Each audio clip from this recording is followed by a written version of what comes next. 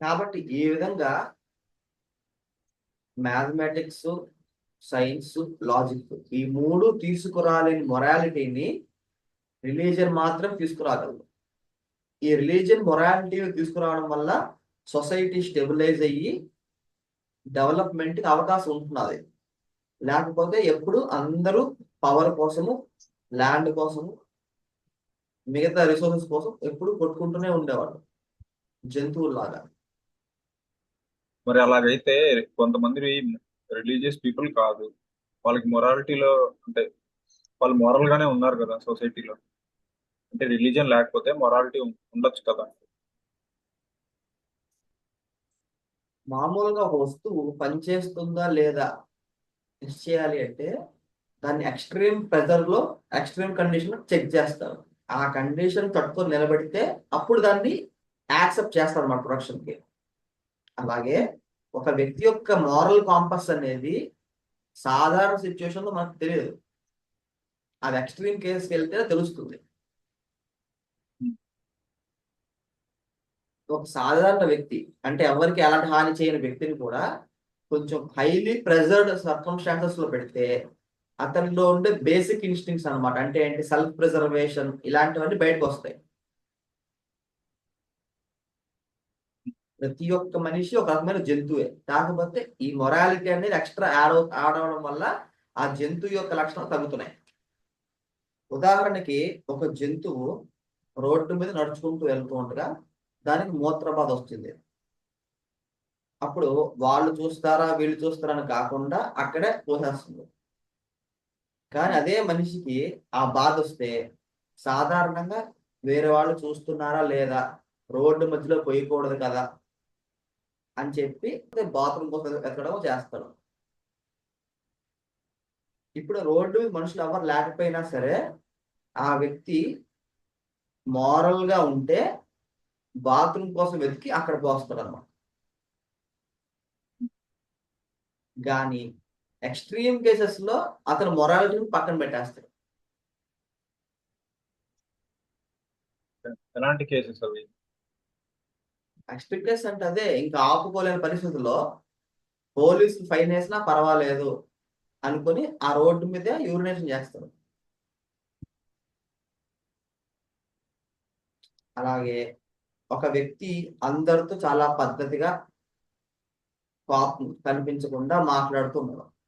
ఇప్పుడు ఒక తిన్న ఫుడ్ లో బాగా కారంగా ఉండే వస్తువులు కలిపేసి పెట్టేస్తే అతనికి వద్దు అనుకున్నా సరే అసలు ఇరిటేట్ అయిపోతారు ఊరికే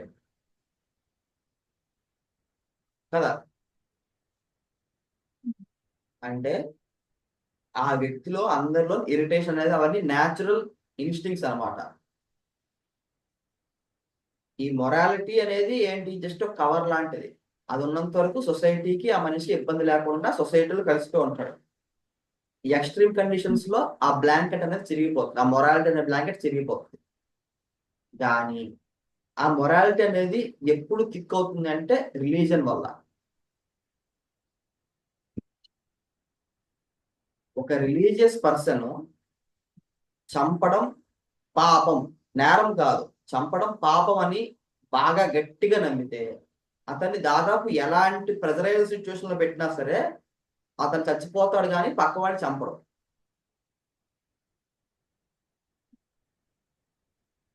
ఉదాహరణకి కొన్ని రకాల జంతువులు, ఉదాహరణకి చీమలు కానీ తేనెటీగలు కానీ, అదేంటి, క్వీన్ బేస్డ్ సొసైటీ. అంటే ఒక ఆడచీమ ఉంటుంది, దాని పక్కన మేల్, దాని పక్కన వర్కర్ యాంట్స్, ఇలా మూడు రకాలుగా ఉంటాయి. ఆడచీమ యొక్క పని గుడ్లు పెట్టడం మాత్రమే. ఈ వర్కర్ యాంట్స్ ఏం చేస్తాయి, ఆ చీమల కాలనీకి ఆహారం తీసుకురావడం ఇలాంటివి చేస్తూ ఉంటాయి. ఏదైనా ప్రమాదం వస్తే ఆ చీమలు వాటిని అవి త్యాగం చేసుకుంటాయి, అంటే ప్రాణత్యాగం చేస్తాయి. అలాగే తేనెటీగలు కూడా. అదే విషయాన్ని మనుషులకు అప్లై చేస్తే ఈ ఆర్మీ, ఈ పోలీసులు వీళ్ళు చేసే ప్రాణత్యాగం కూడా దాదాపు దానికి సిమిలర్ గా ఉంటుంది. అది రిలీజియన్ కిందకి రాదు. అలాగే ఈ మొరాలిటీ ఉండాలి అంటే ఒక పక్క నుంచి విల్లింగ్నెస్ ఉంటుంది, ఇంకో పక్క నుంచి ఫియర్ ఉంటుంది. రెండు మొరాలిటీని ఎత్తి పట్టుకుంటాయి. ఇప్పుడు ఒక వ్యక్తికి తనంతట తానే మంచిగా ఉండాలని చెప్పి అనుకుంటున్నాడు. అలాంటప్పుడు పొరపాటున కొన్ని కారణాల వల్ల ఆ లోపల ఉండే ఆ జంతు స్వభావం బయటకు వస్తే ఆ విల్లింగ్నెస్ పోతుంది. ఒక ఒక వ్యక్తి పలానా నేరం చెయ్యకూడదు అని మనసులో బలంగా నమ్ముతాడు.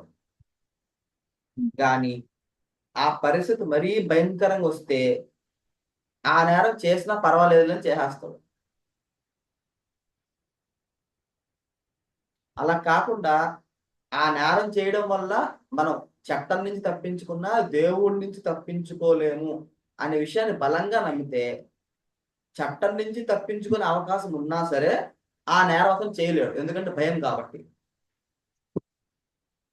ఇప్పుడు మొరాలిటీ అనే దాన్ని రెండు మోస్తున్నాయి. ఒకటి విల్లింగ్నెస్, ఇంకొకటి భయం, అదే ఫియర్. ఆ రెండిటి వల్లే సొసైటీలో మొరాలిటీ అనేది నిలబడి ఉంది. కేవలం భయం వల్ల నిలబడదు, కేవలం విల్లింగ్నెస్ వల్ల నిలబడదు. ఆ రెండు ఉంటేనే మొరాలిటీ నిలబడుతుంది. ఈ రెండు రిలీజన్ వల్ల మాత్రమే సాధ్యం.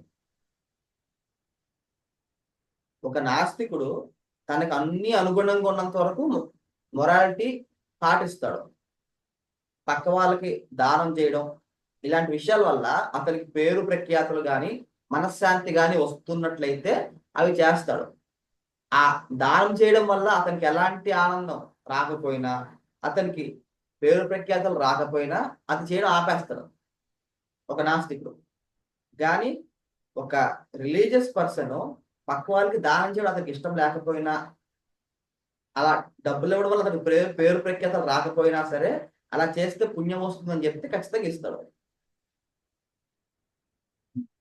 ఇప్పుడు అలా చేయడం వల్ల పుణ్యం వస్తుందా పాపం వస్తుందా వేరే విషయం, నేను మళ్ళీ చెప్పాను. అది నిజమా కాదా మనకు సంబంధం లేదు. దానివల్ల ఆ పని అవుతున్నదా లేదా అంటే ఆ రిలీజియన్లో చెప్పే భయము, విల్లింగ్నెస్ ఇలాంటి వాటి వల్ల, భయము ఆశ ఈ రెండిటి వల్ల ఆ వ్యక్తి ఆ పని చేయగలుగుతున్నాడా చేయట్లేదా, రిలీజియన్ ప్రకారం చేస్తున్నాడు. ఇక్కడ మళ్ళీ రిలీజన్ అంటే అన్ని రిలీజన్స్ అని చెప్పలేము. నేను చెప్పేది ఫిలాసఫికల్ రిలీజన్, అంటే ఒక రిలీజన్ అంటే ఫిలాసఫీ ఈ పని చేయించగలుగుతున్నదా చేయించలేకపోతున్నదా అంటే చేయించగలదని చెప్తున్నారు. ఎందుకు? ఆఫ్రికాలో ఉండే చిన్న చిన్న తెగల నుంచి యూరప్ లాంటి ఖండాల్లోనే భారతదేశము, చైనా, జపాన్, ఆస్ట్రేలియా, అమెరికా ఇలాంటి దాదాపు ప్రపంచంలో భూమి మీద ఉన్న ప్రతి ఒక్క నాగరికతని చాలా కాలం పాటు మతం శాసించింది. ఇప్పుడు మతం అంత చెడ్డదైతే నాగరికతలు అంతకాలం ఉండేవి కావు.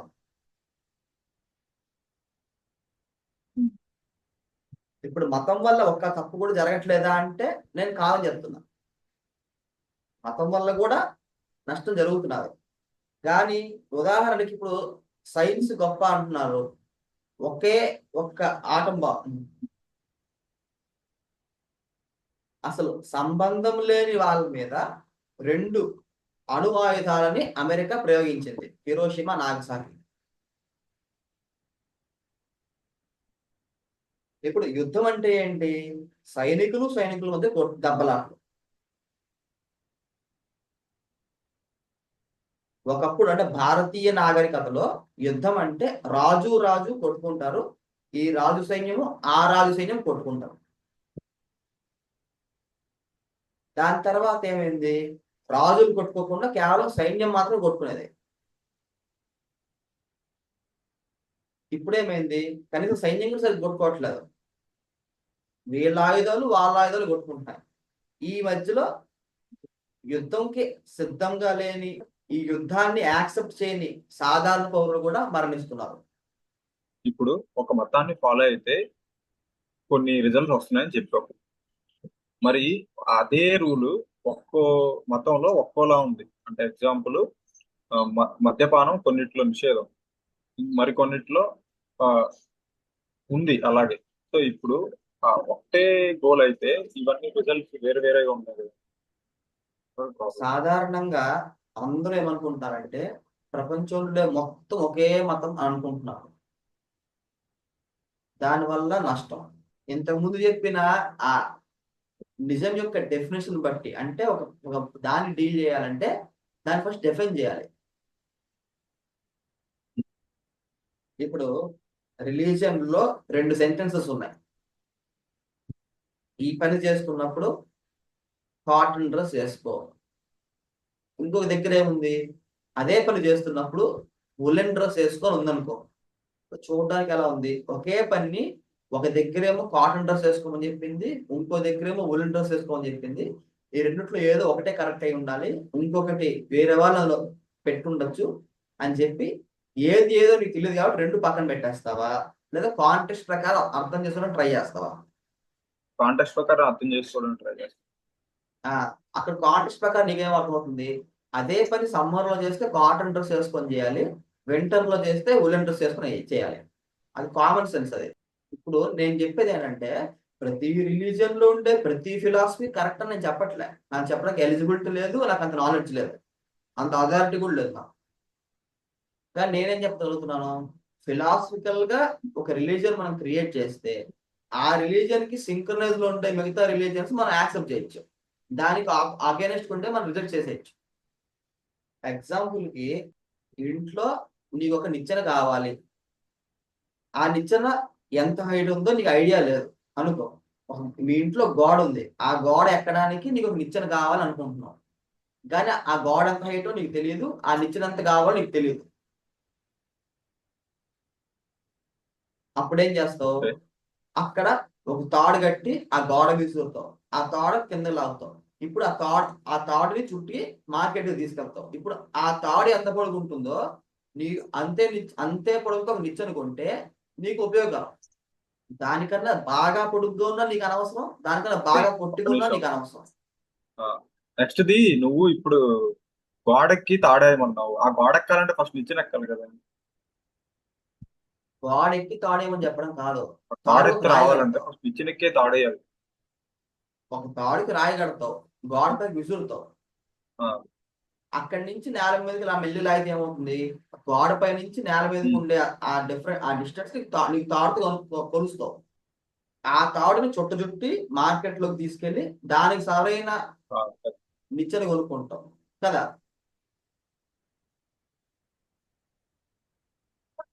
అలాగే మనము ప్రపంచంలో ఉండే అనేక రిలీజన్ తీసుకొని కంప్లీట్ గా అనాలిసిస్ చేసి ఏది కరెక్టో ఏది తప్పో చెప్పంటే మనకు లేదు. కాబట్టి ఫిలాసఫికల్ గా ఒకటి తయారు చేసి దాన్ని మనం మెజర్ చేసి తెలిసిపోతుంది. అప్పుడేమిటి, మనకు ప్రాబ్లం వస్తే ఫిలాసఫీని మార్చొచ్చు కానీ రిలీజియన్ మనం ఏం చేయక్కర్లే. ఇప్పుడు ఒక రిలీజియన్ తీసుకొని దాన్ని స్టడీ చేస్తున్నప్పుడు అందులో నీకు కొన్ని ఫ్లాస్ కనిపించాయి అనుకో, అది ఫ్లా అని నువ్వు చెప్తే ఆ రిలీజియన్ లో ఉండే వాళ్ళకి నువ్వు అగేనెస్ట్ గా మారుతావు, నీకు థ్రెట్స్ ఉండొచ్చు. దాని బదులు నువ్వు ఒక ఫిలాసఫికల్ రిలీజన్ తయారు చేసి దీనికి సింక్రనైజ్ లో ఉండే వేరే రిలీజన్ నువ్వు ఫాలో అయ్యావనుకో, అప్పుడు నీకు ప్రాబ్లం ఉండదు. నీకు ప్రాబ్లం వస్తే ఎక్కడ వస్తుంది, నీ ఫిలాసఫికల్ రిలీజన్ లో ఉండే ఎడిక్ట్స్ ఈడిఐ సిటి అవిలో వాటిని నువ్వు మ్యానిపులేట్ చేయొచ్చు. ఇప్పుడు నువ్వు చెప్పులు కొనుక్కుందాం అనుకుంటున్నప్పుడు చెప్పులు కాస్ట్లీ కదా అని చెప్పి నీ కాలు సైజ్, అదే నీ పాదం సైజ్ కన్నా తక్కువ సైజులో ఉన్న చెప్పులు నువ్వు కొనుక్కోవు. డిస్కౌంట్ వస్తున్నది కదా అని చెప్పి నీ పాదం కన్నా పెద్ద సైజు చెప్పులు కొనుక్కోవు, నీ పాదానికి సరిపడే చెప్పునే నువ్వు కొనుక్కుంటావు. ఇక్కడ కూడా అంతే, నువ్వు నీ ఉండే నాలెడ్జ్, నీ లాజిక్, నీ రీజనింగ్ ద్వారా ఈ ఫిలాసఫికల్ గా ఒక రిలీజన్ క్రియేట్ చేస్తావు. ఈ ఫిలాసఫికల్ రిలీజన్ బయట ఎక్కడ ఉండదు, అందులో ఉండే రూల్స్ అన్ని నువ్వు లాజికల్ గా యాక్సెప్ట్ చేసే రూల్సే. ఇప్పుడు ఆ రిలీజన్ కి, ఆ ఫిలాసఫికల్ రిలీజన్ కి బయట ఉండే రిలీజియన్స్ తో ఏ రిలీజియన్ దగ్గరికి వస్తున్నదో అది నువ్వు యాక్సెప్ట్ చేస్తే పెద్ద ప్రాబ్లం ఉండదు సొసైటీ. ఇప్పుడు ఫిలాసఫికల్ గా డిఫరెంట్ టైప్స్ ఆఫ్ ట్రూత్స్ ఉన్నాయి. మనం ఈ రిలీజన్ నుంచి ఫిలాసఫీకి వెళ్ళే ట్రాన్సిషన్ లో మనకి తెలుసుకోవాలన్నమాట ఖచ్చితంగా. స్టార్టింగ్ వీడియోస్ లో చెప్పాను నేను, objective truth, subjective truth, absolute truth అని చెప్పి. దాన్నే మన ఫిలాసఫికల్ అంటే తర్కశాస్త్రంలో సత్యం, నిజం, వాస్తవం అంటారు. వాస్తవం అంటే ఆబ్జెక్టివ్ రియాలిటీ, నువ్వు దాన్ని చెక్ చేయొచ్చు. సబ్జెక్టివ్ రియాలిటీ అంటే నిజం, అంటే నిర్వచనం మీద అది బేస్ అయి ఉంటుంది. నిర్వచన జనిత అది నిజం అన్నమాట. అబ్సల్యూట్ రియాలిటీ అంటే ఏంటి? అది సత్యం, దాన్ని నువ్వు టెస్ట్ చేయలేవు, కానీ అది నిజమని అది నిజమని నమ్మి నువ్వు యూజ్ చేసుకోవచ్చు దాన్ని. అంటే సత్యం అంటే యాక్సియమ్స్ లాంటిది. ఇప్పుడు మన శాస్త్రం చదువుతున్నప్పుడు ఎక్కడైనా నీకు వాస్తవ అని వస్తే అది ఆబ్జెక్టివ్ రియాలిటీ, దాన్ని చెక్ చేయొచ్చు. నిజ అంటే నిర్వచన జనితం, అంటే అది డెరివేషన్ బట్టి అది డెఫినేషన్ బట్టి మారిపోతూ ఉంటుంది. సత్యం అంటే దాన్ని నువ్వు ప్రూవ్ చేయలేవు, టెస్ట్ చేయలేవు, ఫాల్సిఫై చేయలేవు, కానీ అది ట్రూ అని యాక్సెప్ట్ చేస్తే నువ్వు దానివల్ల నీకు యూజ్ ఉంటుంది. ఇప్పుడు నీకు 2 ఎగ్జాంపుల్స్ చెప్తా. నేను ఒక ఇంటర్వ్యూకి వెళ్ళా, నా కరికులం విట్టేలో నా హాబీస్ ఫిలాసఫీ అని ఉంది. నా ఇంటర్వ్యూయర్ అది సైకాలజీగా అనుకొని ఏది నా ఫేస్ చూసి నా సైకాలజీ చెప్పండి అని చెప్పి నన్ను అడిగారు, కానీ ఫేస్ చూసి చెప్పేది ఫిజియోనమీ. ఇప్పుడు అక్కడ జరిగిన విషయం ఏమిటి? నేను అక్కడ రాసింది ఒకటి, ఆవిడ చదివింది ఒకటి, ఆవిడ అర్థం చేసుకున్నది ఒకటి.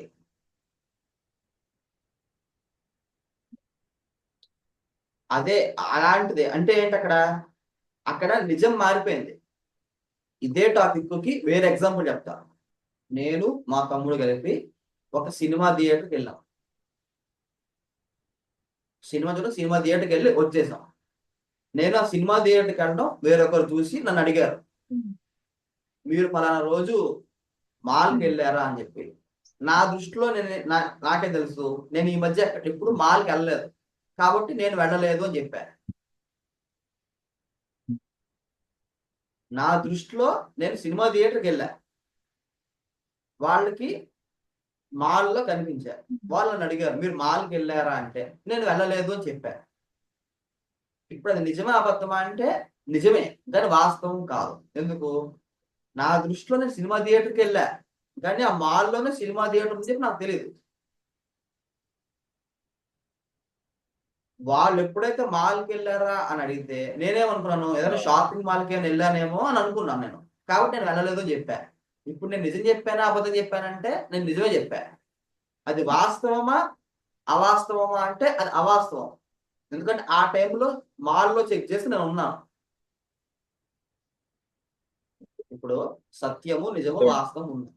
వాస్తవము నువ్వు చెక్ చేయొచ్చు, సత్యము నువ్వు చెక్ చేయలేవు, కానీ రిజల్ట్ వస్తుంది. నిజం అనేది రిజల్ట్ బట్టి నువ్వు దాన్ని డిఫైన్ చేస్తావు.